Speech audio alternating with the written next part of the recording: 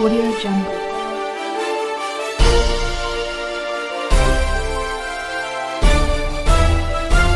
Audio Jungle. तो दोस्तों बात करते हैं हम भीम आर्मी के बारे में। भीम आर्मी संगठन कौन है? भीम आर्मी का संस्थापक। भीम आर्मी की शुरुआत कब और कैसे हुई? भीम आर्मी के मुख्य उद्देश्य के कार्य। रावण राज के बारे में तो आपने सुना ही होगा। त्रेता युग में रावण ने अपने अत्याचारों से सबको ही परेशान कर रखा था। ऐसा ही एक रावण राज कलयुग में भी देखा जा सकता है।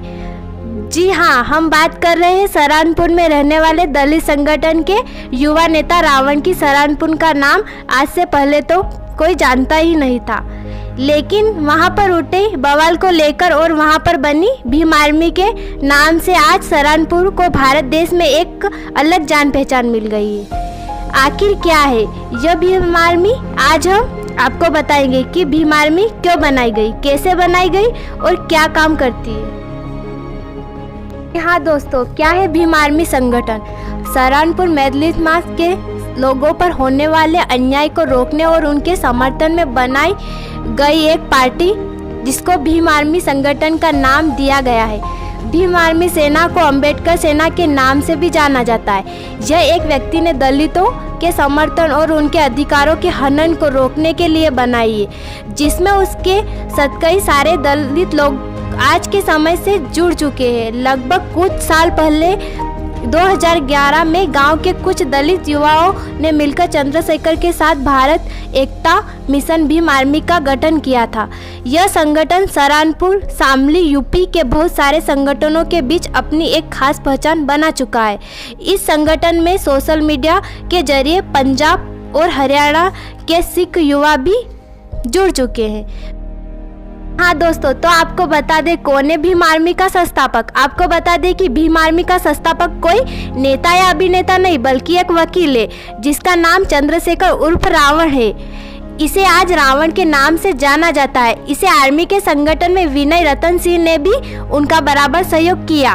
चंद्रशेखर आजाद रावण एक सामाजिक कार्यकर्ता, राजनीतिक और भीम आर्मी के मुख्य संस्थापक के रूप में आज के समय में जाने जाते हैं। वे मुख्य रूप से उत्तर प्रदेश के ही रहने वाले। चंद्रशेखर ने अपनी पढ़ाई देहरादून शहर से पूरी की। शुरू से ही वे दलित के अधिकारों को लेकर सोशल कैंपेन चलाया करते थे। चंद्रशेखर ने अपने नाम के साथ रावण स्वयं ही जोड़ा, ना कि उनकी प्रवृत्ति को देखकर उनका नाम रावण रखा गया है। दरअसल चंद्रशेखर रामायण से आरंभ से ही प्रभावित रहे हैं और रामायण में उनका सबसे पसंदीदा किरदार रावण रहा है, इसलिए उन्होंने अपने नाम के आगे रावण नाम उपयोग करना शुरू कर दिया। भीम आर्मी की शुरुआत कब और कैसे हुई? वैसे यदि सामाजिक रूप से देखा जाए तो दलितों और राजपूतों के बीच उनको वर्चस्व को लेकर लड़ाई सदियों से चली आई है, लेकिन उसको एक आर्मी का रूप देने की पहली औपचारिक रूप से सन 2015 में चंद्रशेखर आजाद द्वारा की गई। भीम आर्मी की शुरुआत सहारनपुर के HF कॉलेज से हुई, क्योंकि वहीं पर प्रेरणा लेकर वहां के लोग धीरे धीरे भीम आर्मी से जुड़ते चले गए। जी हाँ, तो इस संगठन द्वारा सहारनपुर के भादो गांव में एक स्कूल खोला गया, जो उस गांव का पहला स्कूल था।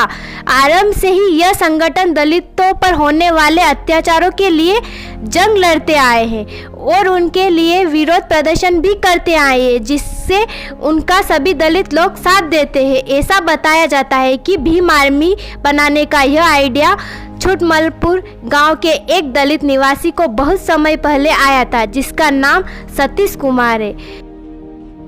जी हाँ, तो सतीश कुमार कई सालों से ऐसा सोचा करते थे कि कोई एक ऐसा संगठन होना चाहिए जो हम जैसे दलित लोगों पर होने वाले अत्याचारों का करारा जवाब देकर समाज में हमें एक अलग पहचान दिलाए। वैसे ही व्यक्ति की खोज में थे, लेकिन उन्हें कोई भी ऐसा युवा नेता नहीं मिला जिसे वह दलित समाज की कमान सौंप सके और उसको नेतृत्व के लिए तैयार कर सके। तब उन्हें चंद्रशेखर मिले और उन्होंने भीम आर्मी के अध्यक्ष के योग उन्हें समझा और अपना आइडिया उन्हें बताया। तो जी हाँ दोस्तों, भीम आर्मी के मुख्य उद्देश्य व कार्य क्या है तो जान लेते हैं हम भीम आर्मी के मुख्य उद्देश्य एवं कार्य। भीम आर्मी का सबसे मुख्य उद्देश्य दलित समाज और राजपूत समाज को समाज में बराबर का हिस्सा दिलाना है। उनके साथ जिस तरह से छुआछूत का व्यवहार किया जाता है या कराया जाता है तो उसे खत्म करना उनका मुख्य उद्देश्य।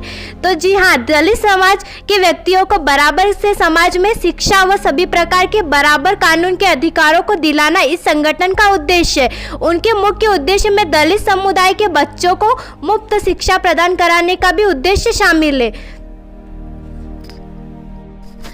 तो जी हाँ दोस्तों, आपको बताएं भीम आर्मी अपने उद्देश्यों को पूरा करने के लिए दलित समाज के लिए कई सारे स्कूल व कॉलेज खोलने का काम भी करते हैं।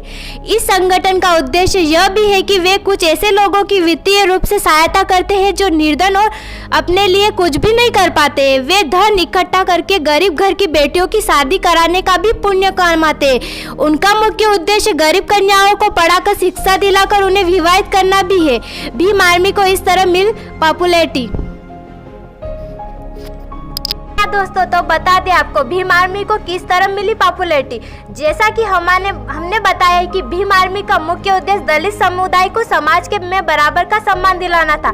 इसी बात की जंग को लेकर धड़क वाली गांव के बाहर अजय कुमार नामक एक दलित नौजवान ने एक बोर्ड लगा दिया था जिसे घर लिखा था द ग्रेट चमार। यह बात जैसे ही राजपूताना समाज को पता चली उन्होंने इसका विरोध कर दिया।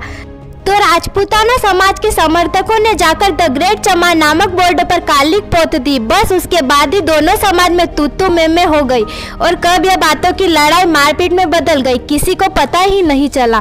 इस हंगामे के चलते गांव में अंबेडकर की मूर्ति मौजूद थी जिसके ऊपर भी राजपूताना समाज द्वारा कालिक पोत दी गई। इस जंग की हवा भीम आर्मी के सदस्यों तक पहुंच गई। उसके बाद सभी सदस्य जाकर इस विरोध प्रदर्शन में शामिल हो गए और राजपूत समाज के लोगों को पीछे हटने पर मजबूर कर दिया। तो जी हाँ, इस प्रदर्शन की आग यही नहीं रुकी। 5 मई 2017 को सहारनपुर जिले से 25 किलोमीटर दूर सबीरपुर गांव में इन दोनों समाज के बीच फिर से हिंसा शुरू हो गई। इस हिंसा में हाथापाई ने भयंकर रूप ले लिया और 25 दलितों के घरों की पूरी तरह से जला दिया जिसमें एक शख्स की मौत हो गई। जितना नुकसान दलित समाज के लोगों को पहुंचाया उतना ही नुकसान राजपूत समाज के लोगों को भी इस हिंसा के दौरान पहुंचा। पुलिस ने कार्रवाई करते हुए दोनों दलों के खिलाफ हिंसा के विरोध प्रदर्शन को लेकर मुकदमा दर्ज कर दिया जिसकी वजह से 37 लोगों को जेल में डाल दिया गया और 300 लोगों के खिलाफ मुकदमा दायर किया गया। गिरफ्तार किए जाने वाले लोगों में दलित समाज के लोग बिजी थे जिसको चंद्रशेखर आजाद रावण ने दिल्ली के जंतर मंतर पर विरोध प्रदर्शन करना शुरू कर दिया। दिल्ली के जंतर मंतर पर उनके साथ बहुत बड़ी मात्रा में दलित समाज के लोग इकट्ठे हो गए थे जो पुलिस की कार्रवाई के खिलाफ थे और चाहते थे कि उनके साथ को जमानत पर रिहा कर दिया जाए। इन सबके बीच चंद्रशेखर रावण के प्रदर्शन को देखकर सब दंग रह गए। उसी समय वे भीम आर्मी के नाम से प्रसिद्ध हो गए और पुलिस के समझौते पर उन्होंने कहा कि यदि हमारे निर्दोष 37 लोगों को जमानत कर रिहा कर दिया जाएगा तो हम स्वयं ही आत्मसमर्पण करके इस प्रदर्शन को खत्म कर देंगे। तो अभी तक ऐसा ही बताया जा रहा है कि भीम आर्मी संगठन किसी भी राजनीतिक पार्टी से नहीं जुड़ी हुई है। हालांकि उनके संस्थापक का और उनके सदस्यों का कहना है कि वे लखनऊ में अपना कार्यालय अवश्य स्थापित करेंगे, लेकिन ऐसा नहीं है कि हम मायावती की बहुजन समाज पार्टी के साथ मिलकर काम करेंगे। हम अपनी खुद की एक अलग पार्टी बनाने वाले। उन्होंने यह भी कहा है कि सत्तारूढ़ भाजपा के साथ मिलकर काम करना हमारे लिए सौभाग्य होगा क्योंकि वह देश की उन्नति की ओर अग्रसर है और आगे भी देश की उन्नति के लिए हम भी उनके साथ मिलकर काम करते रहेंगे। भविष्य में ऐसा हो सकता है कि भीम आर्मी पार्टी आगे चलकर मायावती जिन्होंने बहुजन समाज पार्टी को लेकर बहुत काम किए उनको पछाड़ दे क्योंकि उन्होंने भीम आर्मी पार्टी ने ही ऐसा कहा है कि काम आज तक किसी भी नेता ने दलित समाज के लिए नहीं किया है।